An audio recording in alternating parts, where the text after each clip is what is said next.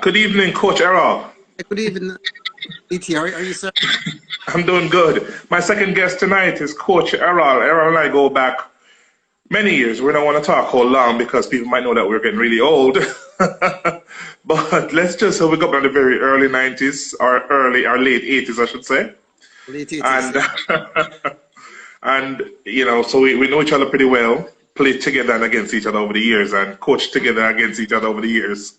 So I know your expertise. Earl, what I want to start out with you is I know you have a personal friendship and association with Kimmy, who I just spoke to. He's the president of this whole Hartford Lions soccer. What is your experience with Kimmy over the years? What kind of person is this gentleman? Well, I go back to Kimmy when he was in high school. So we go all the way. I was a mentor for quite a while, and kind of helped him out when he was going to the University of Hartford and getting this. Kimmy played for Weaver and got a full scholarship to go to the University of Hartford. But Kimmy is just the epitome of someone who's just. I keep saying, my son, I would like my sons to be just like Kimmy. Very focused, very organized, very, and have all the assets and tools that it takes. I mean, to really run a very successful soccer program. So it's a very, outstanding. For some reason, I don't know why your sound going in and out, but can you hear me? I can hear you. Can you hear me? Okay, I can hear you now. Okay. So, yeah, thank you for that. Yeah, and I know Kimmy too, and I've seen that from him. On and off the field is always a gentleman, a respectful guy. But, Errol, from your standpoint now, because I know for a fact that you've coached different age group and so and so forth, what is your take on this Hartford Lions Soccer Academy trying to build not just soccer skills and knowledge, but fitness for young kids in and around our community? How important do you think that is?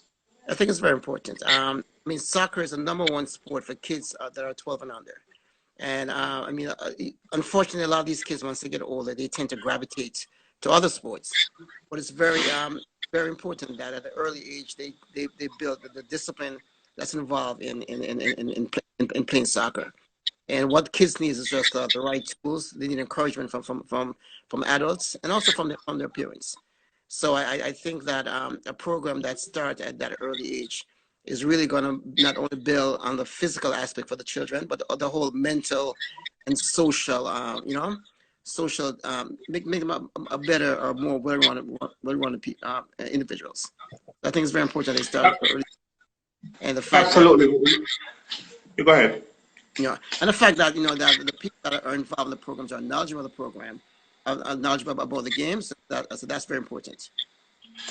Absolutely, and we know that when you go on to the senior level, like college and even professional sports, a lot of the coaches and managers want to know that you can play more than one sport. That will tell them how athletic you are and how focused you are. And if they said, okay, you know what, I learned to play soccer, but I like basketball, and then move on to basketball, once they know that you had that soccer background, how focused you'll be. So that's good.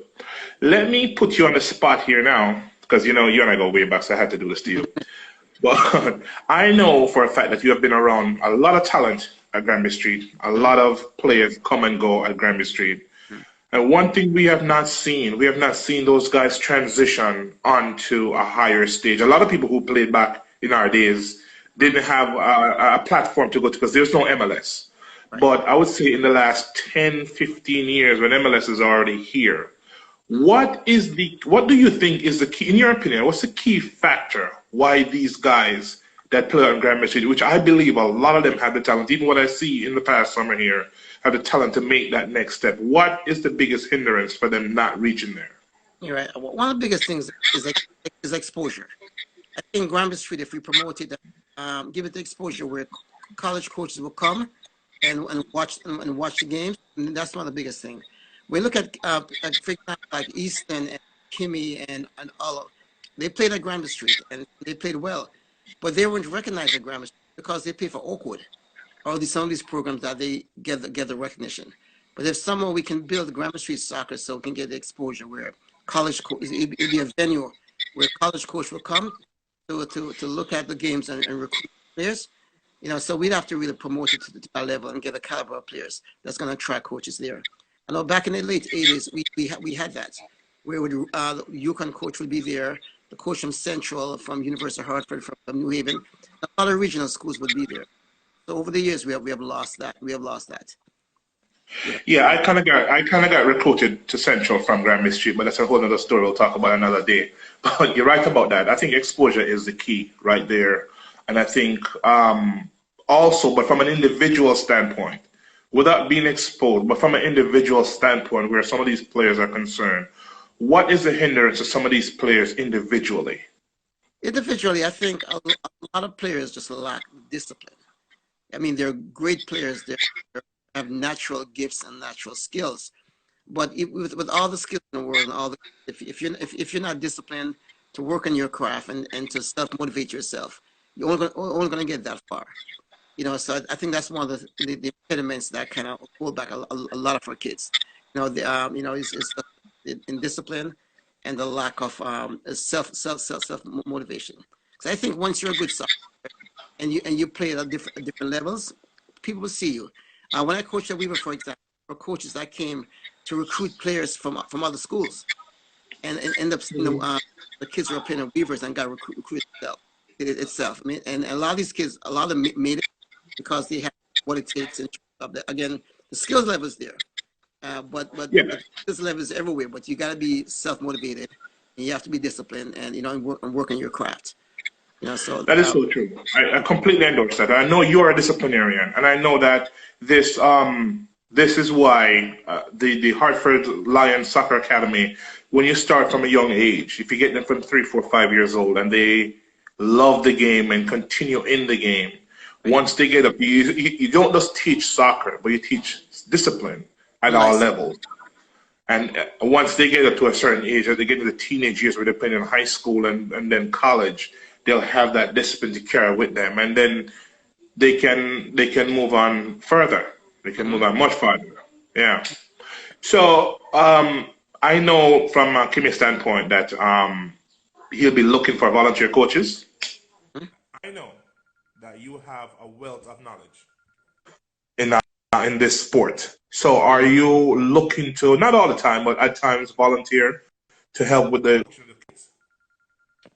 Yeah, honestly, DT, I would love to, like on a. I don't know why. Yeah, I don't know why I lose the Can you hear me? speaker here. I can hear you. Can you hear me? I'm not hearing you at all. Hold on.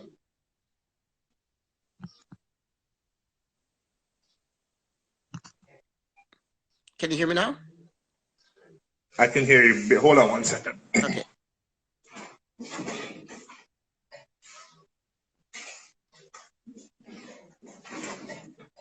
Let me switch the headset. So. Okay.